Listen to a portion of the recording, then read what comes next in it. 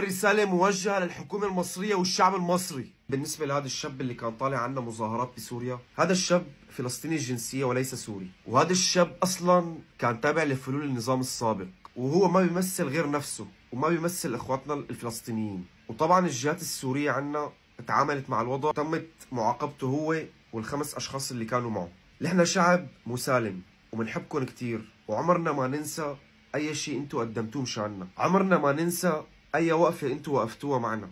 نحن شعب أصيل وعنا مبدأ، وعمرنا ما منتف بالطبق اللي بناكل منه. نحن ما شفنا منكم غير كل خير، ما شفنا منكم غير كل حب. هاي الناس حابة تطلع تعمل فتن ما بيننا، هاي الناس متضايقة لو نحن ناجحين، متضايقة لو نحن ايد وحدة. هاي الناس كلياتها لجان عم تقبض لحتى تعمل هذا الموضوع، ومو أول مرة. أرض الواقع بتثبت لك شو يعني سوري ومصري. نحن شعب واحد وإيد وحدة ووطن واحد. مهما حاولوا يزعزعوا المحبة اللي بيننا ما رح يعرفوا. متضايقين شلون الشرق الأوسط هيك صار قوي وصاروا متحدين كلهم مع بعض، خايفين.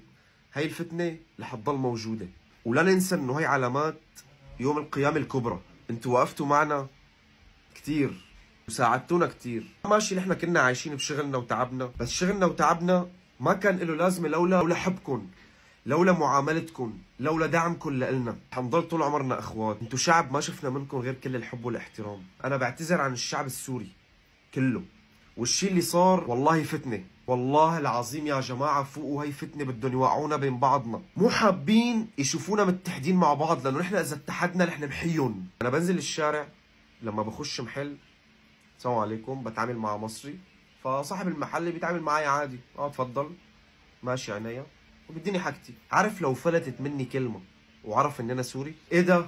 سوري؟ بجد والله يا عم منورين البلد والله العظيم يا عم. بتلاقي الابتسامة كده طلعت على وشه. دي الشوارع، ارض الواقع غير السوشيال ميديا. السوشيال ميديا الله يحرقه يا عم، كلها فتن وحوارات. تعال انزل ارض الواقع شوف الحب.